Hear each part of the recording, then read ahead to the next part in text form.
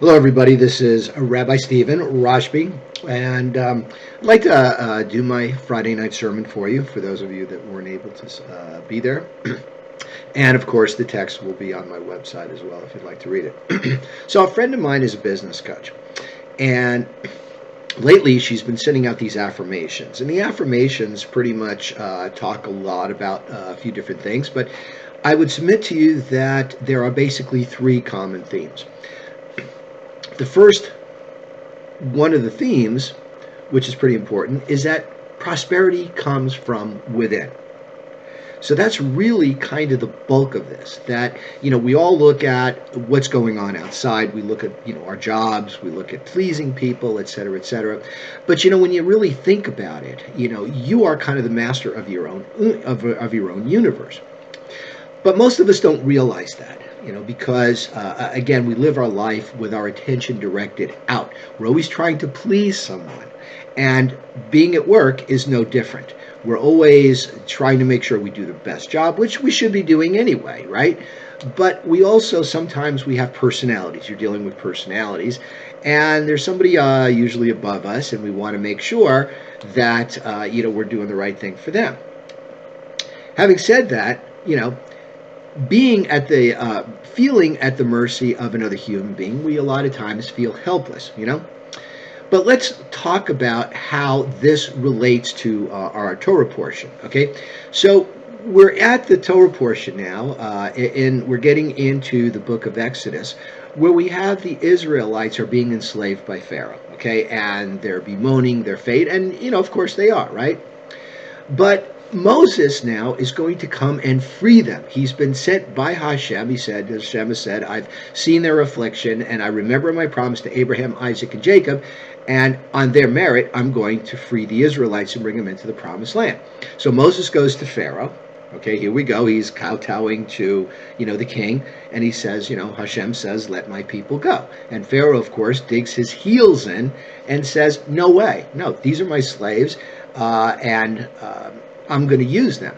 Now, this wasn't really even a sense of the fact that these people were working for Pharaoh. It's the fact that Pharaoh wanted to prove he was the bigger man. He was more powerful. He was a king. Pharaohs thought they were gods. And it wasn't even a matter that, sure, the Israelites were doing some things, but the whole point at this point was just to work them to death. He's trying to, it was xenophobia. Pharaoh just felt threatened by them. So Moses is like, what do I do? He's always got this doubt. He's a human. He's up against this Pharaoh. He's up against the court. Even though Moses had that upbringing in the royal court and had a bit of royalty in him, he was still worried that, Pharaoh had this control. Pharaoh controlled the army. He controlled the court. He was head of the Egyptians, had their loyalty. Who was he to stand up to Pharaoh? So what did he do? He puts his trust in God. He puts his trust in Hashem. Hashem says to him, I will visit these plagues upon Pharaoh, and he will let the people go. So ultimately, what was the saving of the Israelites? They put their trust in Hashem. Hashem took care of it. So we go around in life, and we engage in these activities, and we have Torah. Torah is our guidebook. But more than that, it's Hashem's guidebook. It's the laws of Hashem. Hashem created the universe. Hashem set up the universe. Hashem sustains the universe. So it would appear logically then that if you obey the commandments of Hashem, Hashem will watch over you and you will get what is due to you if you do what is right. Now, some people say, well, gosh, I've been doing what is right for years and I still haven't gotten what I'd like.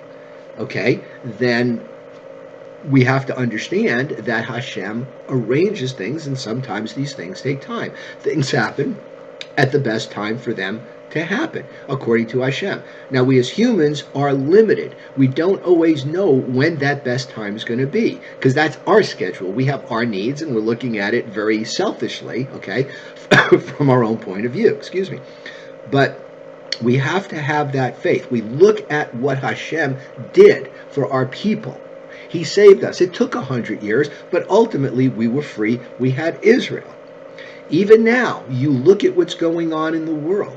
We had the first temple. It was destroyed. we came back, 10 of the tribes, right? They didn't do what they were supposed to do. They didn't obey Torah. They split from the Kalal Yisrael, from the congregation of Israel.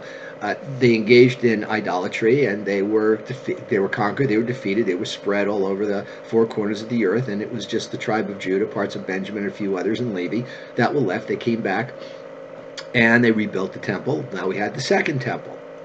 The second temple was destroyed. It's been 2,000 years. So it's been a slow process. We now have Israel. We don't have our temple back yet, but we have faith that it will come, but it will come when it's ready. And that's how we have to approach our lives. We do what is right. We obey the commandments, and not just, Shabbat and the kashrut and all that, but, also in business. We are honest in our affairs. We are honest in our dealings, and we see that Hashem will sustain us. So have faith in Hashem. Don't sit around and wait for Hashem to act. I mean, remember, these are commandments. These are things to do. There's do's and don'ts, not sit and not sit, right?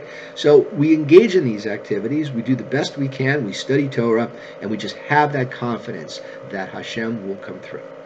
So I hope you're having a good week, and thank you for listening.